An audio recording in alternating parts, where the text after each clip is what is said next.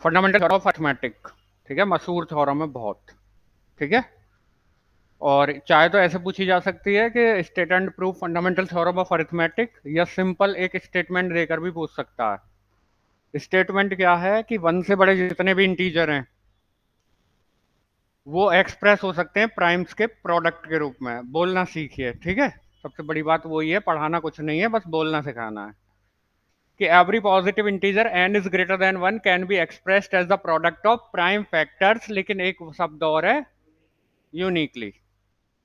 तो पहले तो आपको थ्योरम का एग्जिस्टेंस पार्ट करना है। एग्जिस्टेंस का मतलब है ये दिखाना है कि दुनिया का प्रत्येक नंबर, जो प्रत्येक इंटीजर जो वन से बड़ा है, वो प्राइम के प्रोडक्ट्स के रूप में एक्सप्रेस हो सकता है। तो पहले दिखाएंगे एग्जिस्टेंस और बाद में दिखाएंगे uniqueness.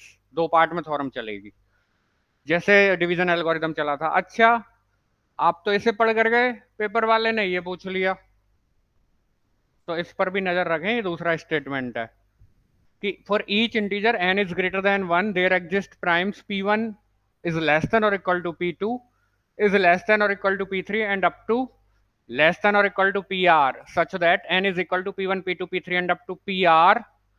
This factorization is unique. तो कल एक बात हो रही थी, हमने किया भी था कई नंबर्स को। हमने कहा था छोटे से बड़े की तरफ लगते हैं, लिखा था। सपोज करो 30 के ही करने जा रहे हो, तो 30 के करने जा रहे हो, पहले दो से काट कर देखो। दो से कट गया 15। अब ये 2 × 15 को पहले दो से एक तरफ से, पहले दो से काट कर देखो, नहीं कट रहा, फिर 3 से काट कर देखो, फिर 5 से काट कर देखो। 3 से कट जाएगा पहले तो, 3 से कट गया तो ये हो गया 5, तो ये हो गया 30। तो ऐसे बढ़ते हुए क्रम में लिखना है। ये तरीका बिल्कुल ठीक नहीं है। ये तरीका बिल्कुल ठीक नहीं है कि आप ऐसे लिख लो और फिर ऐसे कर लो, ठीक है। कौन सा तरीका एक्सेप्टेबल है? ये वाला, कि सबसे बड़ा फिर छोटा, नहीं जी। मोनोटोनिकली इंक्रीज करें ये, दिखाई दे रहे हैं ना। हाँ, कोई दो बराबर आ जाए नो प्रॉब्लम, लेकिन ऐसा ना हो कि बड़ा आकर फिर छोटा आ गया, ठीक है। चलते हैं प्रूफ की तरफ, लेकिन एग्जिस्टेंस पर चलो। एग्जिस्टेंस,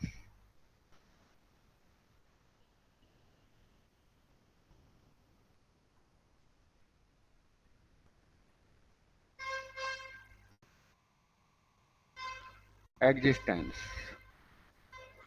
स्टेटमेंट तो आप लिख ही लेंगे। तो let n be any positive integer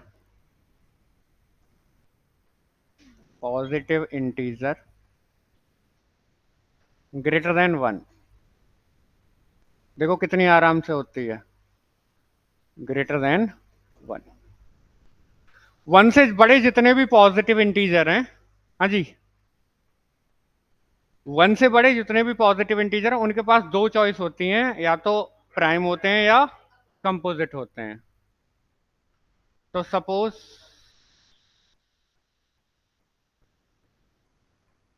n is prime, अगर n प्राइम हो गया तो then nothing to prove, nothing to prove. भाई प्राइम है, प्राइम तो सीधा का सीधा लिख जाता।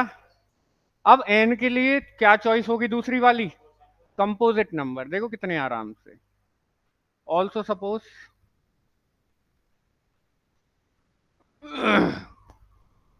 n is composite.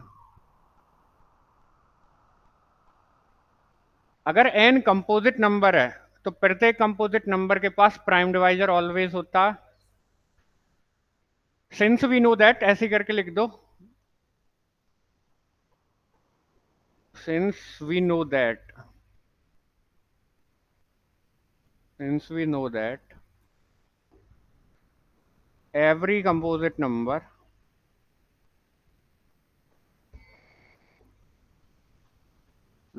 has a prime divisor,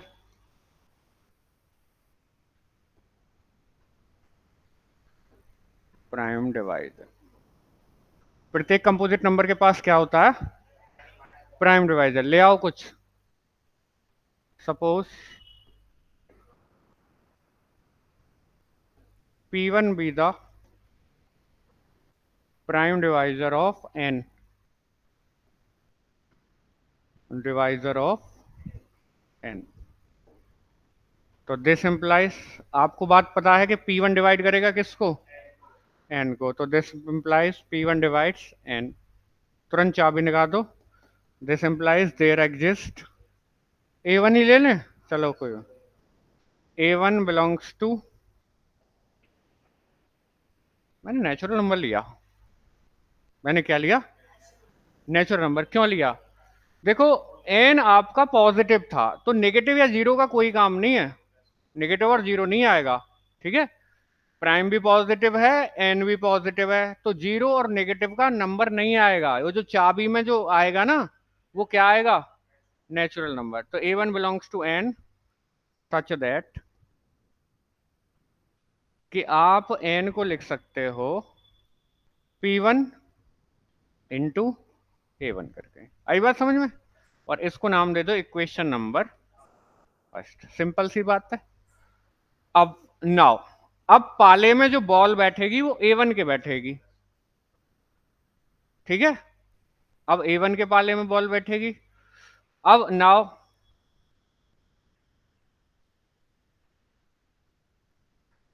if A1 is equal to 1, then theorem is obvious, then theorem is obvious। यानी अपने आप ही प्रूफ हो गई। क्यों प्रूफ होगी? अरे n इक्वल टू खाली P1 रह जाएगा, यानी n एक्सप्रेस हो जाएगा प्राइम नंबर्स के प्रोडक्ट के रूप में। अच्छा, if A1 is greater than 1, तो A1 के पास अब फिर से दो चॉइस होंगी। 1 से बड़े पॉजिटिव इंटीजर के पास दो चॉइस होती हैं, क्या क्या? या तो वो प्राइम हो सकता है या कंपोजिट हो सकता है। तो then A1 can be prime और composite.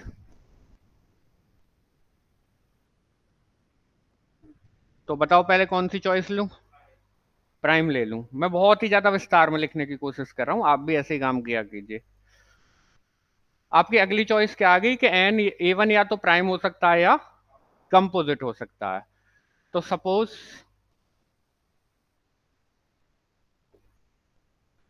A1 is prime,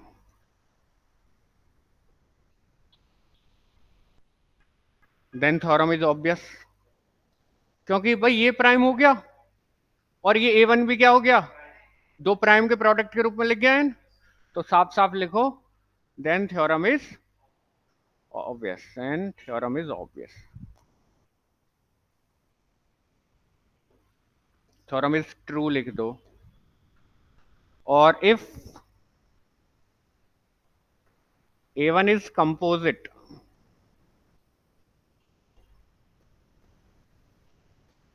then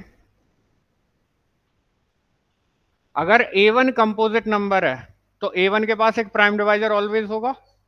then A1 has a prime divisor, a prime divisor P2, P2 such that कि P2 डिवाइड करेगा जी किसको? A1 को। A2 तो आया भी नहीं है, चाबी लगा दो। This implies there exist A2 belongs to, मैंने नेचुरल में ले रहा हूं, लिया इंटीजर में जाता लेकिन यहां जान मानकर किस में ले रहा हूं? नेचुरल में, क्योंकि प्राइम्स के अंदर बात चल रही है। A2 belongs to and such that A1 is equal to P2 into A2। कोई दिक्कत तो नहीं? अब A2 अगर 1 हो गया तो थ्योरम ऑब्वियस है। ठीक है, लेकिन यहां लिखने का तरीका, यहां तक तो उनकी भी ऐसी ही थी, लेकिन यहां लिखने का तरीका थोड़ा सा बेटर करेंगे। अच्छा, पुटिंग इट इन फर्स्ट, पहले putting it in first, putting it in first. First कहां है? ये रहा। पहले फर्स्ट में पुट कर लो तो n बराबर आ जाएगा P1 into P2 into A2। हो गया शुद्ध बात। और इसको नाम दे दो आप अपना इक्वेशन नंबर 2। यहां से अब काम करने में आसानी होगी। अगर A2 1 हो गया, थ्योरम ऑब्वियस है भाई, दो प्राइम के प्रोडक्ट के रूप में लिख रहा है। और A2 1 से नेचुरल नंबर है, या तो 1 होगा या 1 से बड़ा। छोटा क्यों होगा? कुछ भी। फिर से यहाँ दो चॉइस पर बैठा लो बात को। हाँ, पहले यहाँ देखते रहो। अब मैं बीच में नहीं रुकूंगा, बाद में समझाऊंगा, हर सवाल का जवाब दूंगा, ठीक है। अब की बार लेट या इफ अगर A2 आपका 1 हो गया तो देन थ्योरम इज, कैसे ही लिख लो, थ्योरम इज ऑब्वियस, ठीक है। और अगर A2 1 से बड़ा है, तो 1 से बड़े नंबर के लिए ऑलवेज दो चॉइस होती हैं नेचुरल नंबर के लिए। Then A2 may be prime और कंपोजिट, और कंपोजिट ऊपर कैन भी लिखा हुआ हो तो उसको मे भी कर लेना।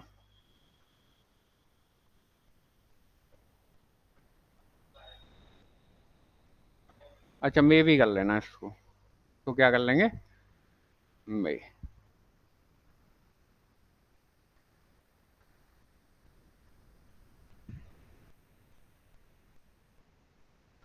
हाँ जी, दो चॉइस फिर से आ गई आपके पास, A2 के पास आई दो चॉइस। तो A2 आपका प्राइम भी हो सकता है और कंपोजिट। पहले A2 को प्राइम ले लो कि suppose A2 is prime, then from second theorem is, हाँ, then from second theorem is obvious. ज्यादा तेज लिखने की कोशिश कर रहे हैं हम, कोई बात नहीं, समझ में तो आ रहा है। ये भी प्राइम, ये भी प्राइम, ये भी प्राइम, टूट गया प्राइम के प्रोडक्ट के रूप में। If A2 is composite,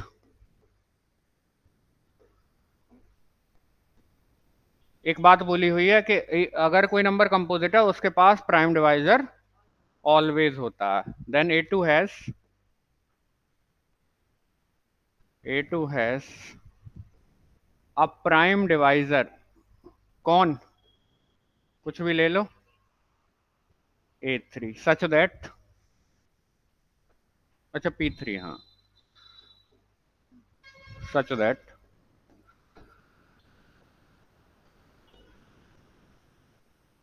P3 divides A2। तो चाबी लगा दो, this implies there exist A3 belongs to natural number such that कि A2 is equal to P3 into A3। अब इस वैल्यू को उठाकर रख दो अपनी सेकंड में, सेकंड में रख दो, putting it in second,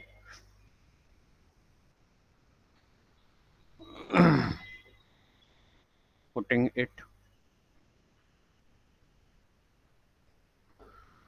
in second.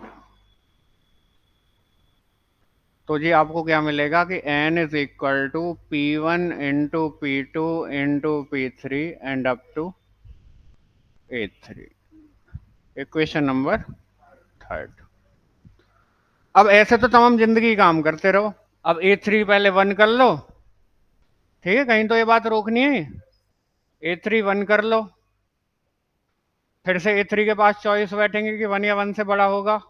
अगर 1 हो गया तो ऑब्वियस, 1 से बड़ा है तो प्राइम होगा या कंपोजिट होगा, प्राइम होगा तो थ्योरम ट्रू, और अगर कंपोजिट है फिर से दो हिस्सों में टूट जाएगा। तो पूरी जिंदगी काम करते रहोगे, लेकिन आप पूरी जिंदगी काम मत करिए और लिखिए कि कंटिन्यूइंग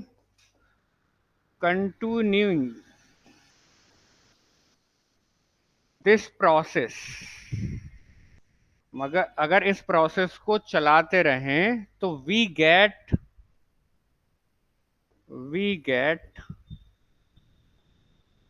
a sequence या decreasing sequence, we get a decreasing sequence, decreasing sequence. सबसे बड़ा था n, उसके बाद आया a1, फिर आया a2, सब टूट टूट कर a1 को, n को तोड़ा तो मिला a1, n को तोड़ा तो a1 को तोड़ा तो मिला a2, a2 को तोड़ा तो मिला a3, a3 को तोड़ा तो मिला a4। पहले बड़ा n1, n1 बड़ा हो गया किससे, a1 बड़ा हो गया, a2 बड़ा हो गया, एंड सो ऑन। ठीक है। अब चूंकि n फाइनाइट है, n कैसा है, फाइनाइट, 25 को 25 से छोटे नंबर पकड़ते लाओ, 25, 24, 23, 22, 21, कभी तो 1 पर आओगे या पूरी जिंदगी निकल जाएगी। ठीक है। तो then after finite number of steps, after finite number of steps, finite number of steps,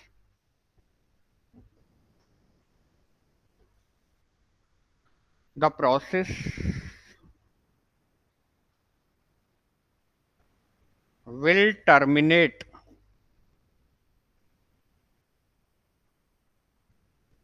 process क्या कर जाएगी, टर्मिनेट। ऐसे ही करते हुए लाएंगे, प्रोसेस क्या कर जाएगी, टर्मिनेट कर जाएगी rth स्टेप पर। ठीक है। अब P1, P2, P3 and up to PR तक तो चले ही जाओगे, और लास्ट में AR आ जाएगा। क्या आ जाएगा, AR। लेकिन वहां घटते घटते AR 1 हो चुका होगा, मैं वहां तक जा रहा हूं जहां तक 1 ना मिल जाए, और 1 हर हालत में मिलेगा, 1 से नीचे जा नहीं सकते, नेचुरल नंबर में लिया था ये, A1, A2, A3 सारे किस में लिए थे, 1 से नीचे तो जाओगे नहीं, 0 नहीं हो सकते आप, किस पर जा सकते हो, 1 पर। तो PR के बाद जो AR आ रहा है वो क्या हो जाएगा, 1 हो जाएगा। तो n आपका कैसे लिख रहा है, P1, P2, P3 and up to PR, और ये AR जो लास्ट में आएगा वो क्या हो चुका है, 1। तो देन वी गेट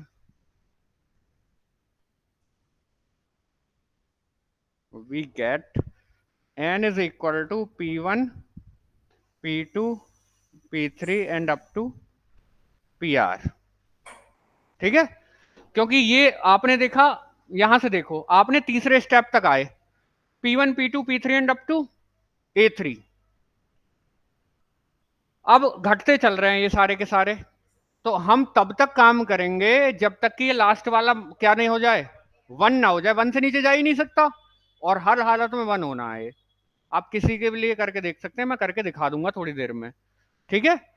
तो चूंकि n फाइनाइट है, तो एक बात हमें लिखनी चाहिए थी, सिंस n इज फाइनाइट, एक लाइन यहां बढ़ानी चाहिए मुझे, रुक जाओ, अगर ये सरक जाएगा तो बहुत अच्छी बात है।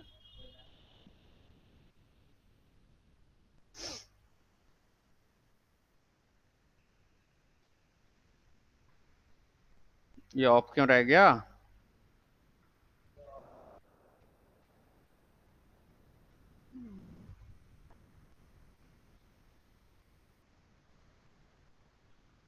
चल चल चल, अरे बदतमीज हो रहा है, आज अपने डंडे पर ही। ठीक है जी।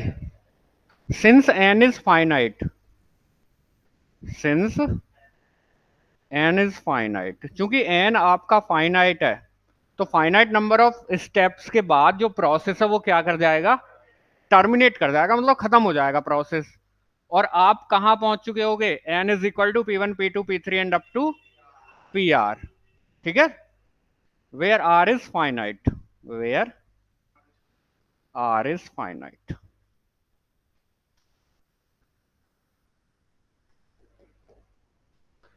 लो जी, आपका n किसके रूप में एक्सप्रेस हो गया, हाँ, एंड, और भी लिखकर बता दो, and P1, P2, P3 and up to PR are primes. लो जी, और भी लिखूं एक line, such that P1 P2 P3 and up to PR सारे के सारे क्या हैं, प्राइम्स हैं। लो और भी लिख दो, सच दैट, और ये कैसे होंगे कि P1 बड़ा या बराबर होगा P2 से, P2 बराबर या बराबर होगा P3 से and up to PR।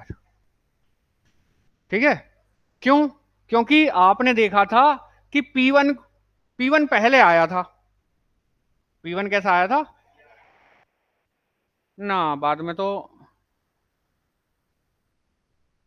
Sorry उल्टा करो, उल्टा ना, A1 A2 को तोड़कर बना था, उल्टा कर लो, उल्टा। ये साइन उल्टे होंगे सब, लेस देन के होंगे, गलत लगा दिए मैंने,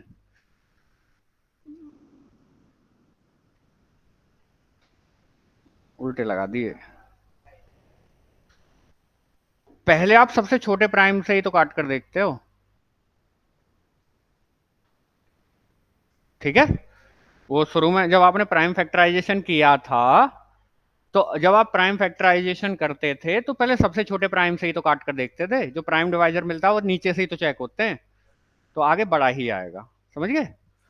तो अब शुरू से ये प्रूफ, अभी कौन सा पार्ट आया है केवल इस थ्योरम का, एग्जिस्टेंस पार्ट, यानी अभी ये दिखाया है कि आपका जो 1 से बड़ा पॉजिटिव इंटीजर है वो प्राइम्स के प्रोडक्ट के रूप में एक्सप्रेस हो सकता है, कर दिया। अच्छा, अब प्रूफ में वो खत्म हो गया, अब दिखाएंगे इसका यूनिकनेस। अब क्या चलेंगे, यूनिकनेस पर चलेंगे, और यूनिकनेस दिखाने के लिए आपको, ये पहले भी बात हुई थी कि दो एक्सप्रेशन ले लेने हैं और दोनों एक्सप्रेशंस को बराबर ही दिखा देना। देखो कितनी बढ़िया बात है, और कितने कंसेप्ट आप यहां से सीखोगे यूनिकनेस से। अब हेडिंग डालेंगे आप यूनिकनेस, यूनिकनेस हेडिंग डालेंगे। तो now to show this representation is unique, क्योंकि उसने स्टेटमेंट में बोला हुआ है कि रिप्रेजेंटेशन कैसा होना चाहिए। रिप्रेजेंटेशन को यूनिक दिखाने का तरीका ये है कि आप कोई दो रिप्रेजेंटेशन ले लो। कितने रिप्रेजेंटेशन ले लो, दो रिप्रेजेंटेशन ले लो, ठीक है जी।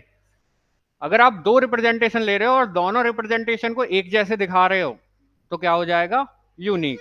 या उस नंबर के जो पॉजिटिव इंटीजर है एन, उसके दो रिप्रेजेंटेशन आपने बता दिए, टोटल कितने रिप्रेजेंटेशन बता दिए, दो। अगर गड़बड़ निकलती है तो भी हम लेकर चले कि जी मैं बाहुबली हूं और मैं मोहल्ले में घूमने निकल गया, किसी ने मुझे पीट दिया, तो इसका मतलब मैं बाहुबली नहीं हूं। आगे बात समझ में। तो मैं दो रिप्रेजेंटेशन अगर यहां से लेकर चला और दो आगे कुछ गड़बड़ निकल रही है, तो इसका मतलब है दो रिप्रेजेंटेशन पॉसिबल नहीं है। कितने रिप्रेजेंटेशन पॉसिबल हैं, ओनली वन रिप्रेजेंटेशन पॉसिबल है। तो suppose that n has two representations, तो एक रिप्रेजेंटेशन तो वो ही मान लिया जो ओरिजिनल है कि P1 P2 P3 and up to PR, और एक रिप्रेजेंटेशन ये ले लिया कि Q1 Q2 Q3 and up to QR plus S। P1 P2 P3 and up to PR सारे के सारे प्राइम है, और Q1 Q2 Q3 and up to QR plus S ये भी सारे के सारे क्या हैं, प्राइम है। कोई दिक्कत तो नहीं। अगर ये मान लो 20 प्राइम है, कितने हैं, 20, तो मैंने ये मान लिया कि R की वैल्यू तो है 20 और R प्लस S की वैल्यू है 25। कितनी, तो S की कितनी हो जाएगी, 5 हो जाएगी। दोनों बातें याद रखना अपने समझने के लिए। अरे ये बात समझ में। तो ये तो 20, यहां तो 20 प्राइम के प्रोडक्ट के रूप में लिखा हुआ है, और यहां कितने प्राइम के प्रोडक्ट के रूप में लिखा हुआ है, 25 प्राइम्स के प्रोडक्ट के रूप में। क्लियर होगी बात। अच्छा, हमें ये दिखाना है कि रिप्रेजेंटेशन यूनिक है। क्लियर होगी बात। यानी P1 को दिखाना है Q1 के बराबर, P2 को दिखाना है P3 को, और PR को QR प्लस S। कोई दिक्कत तो नहीं, तब यूनिक होगा। यानी ये नंबर भी अलग नहीं है, हो नहीं सकते कि यहाँ 20 भाग ले लें और यहाँ 25 भाग ले लें, यही शो करके दिखाना है, मतलब बराबर संख्या में भाग ले रहे होंगे। चलें, अब एक बात देखो, जरा गौर से समझना। let P1 is a prime factor of Q1 Q2 Q3 and up to QR plus ये कॉमा आज नहीं है, ये क्या है, मल्टीप्लाई का साइन। ठीक है। अच्छा एक चीज यहां से गौर करो, यहां आओ, ये मल्टीप्लाई का साइन बना लो पहले, चलो बना लिया। P1 में किसी की मल्टीप्लाई करने पर ये पूरा प्रोडक्ट मिल रहा है? तो हम साफ साफ लिख सकते हैं कि P1 डिवाइड कर रहा होगा Q1 Q2 Q3 and up to Q S को कर रहा है, क्योंकि P1 में किसी की मल्टीप्लाई करने पर ये पूरा मिल रहा है। तो P1 डिवाइड कर रहा होगा किसको, Q1 Q2 Q3 and up to Q R plus S को। कल एक थ्योरम पढ़वाई थी, जरा स्टेटमेंट पढ़ना, कि अगर प्राइम किन्हीं m संख्याओं के प्रोडक्ट को डिवाइड करता है तो उनमें से एक को पक्का डिवाइड करता है। स्टेटमेंट पढ़ो बुक में जाकर। हाँ, कौन सी थ्योरम है? Theorem number third, theorem number third है इसी चैप्टर की। अगर कोई प्राइम कुछ संख्याओं के प्रोडक्ट को डिवाइड कर रहा है तो उनमें से एक संख्या ऐसी जरूर होगी जिसको काट रहा होगा। अब ये P1 क्या है, प्राइम है, और ये भी सारे के सारे क्या है, प्राइम। एक प्राइम दूसरे प्राइम को कभी भी डिवाइड नहीं करता, केवल अपने आप को कर सकता है, अपने आप को ही कर सकता है, खूब जानते हो।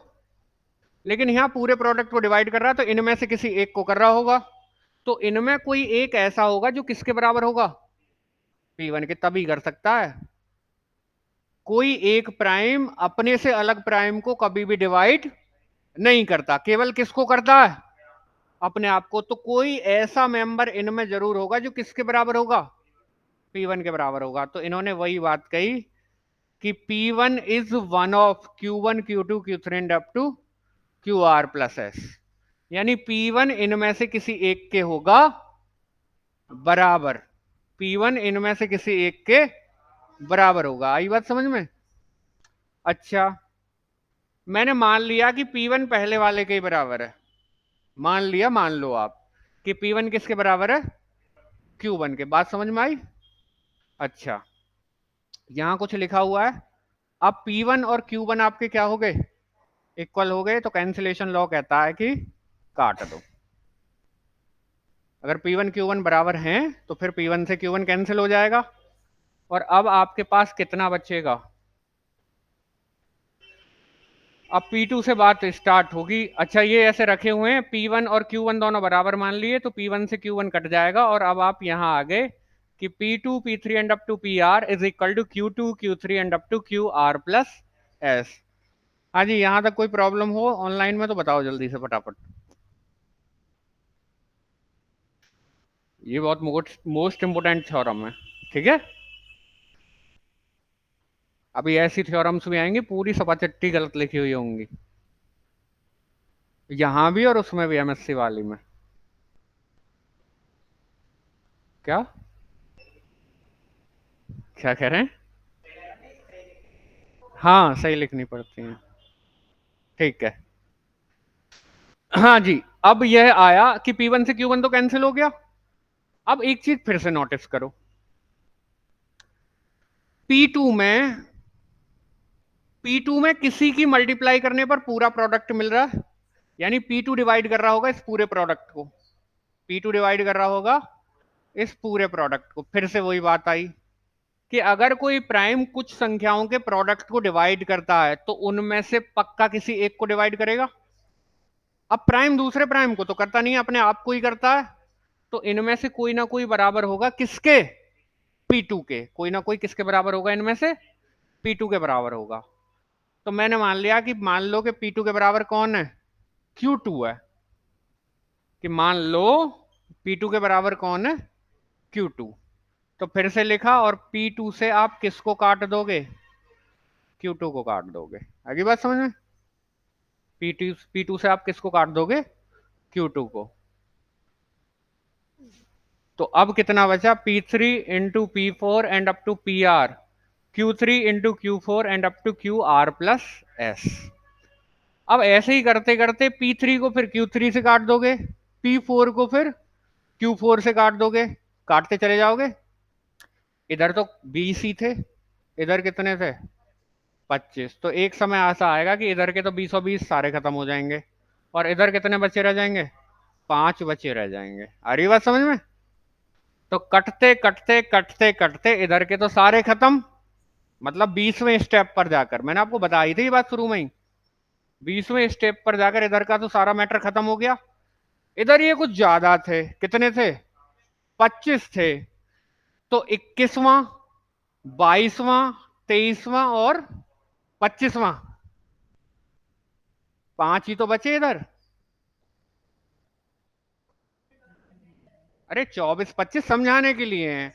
QR+1 QR+2 and up to QR+S1। ठीक है, आप कुछ और ले लो, ये तो समझाने के लिए है। अच्छा, एक बात बताना मुझे, ये सारे के सारे क्या थे? प्राइम थे। कभी भी प्राइम्स का प्रोडक्ट 1 आ सकता है? नहीं आ सकता। प्राइम्स का प्रोडक्ट कभी भी 1 नहीं आ सकता। फिर तो आपने एक गड़बड़ कर ली, कि वो जो ज्यादा लेकर गड़बड़ कर ली आपने।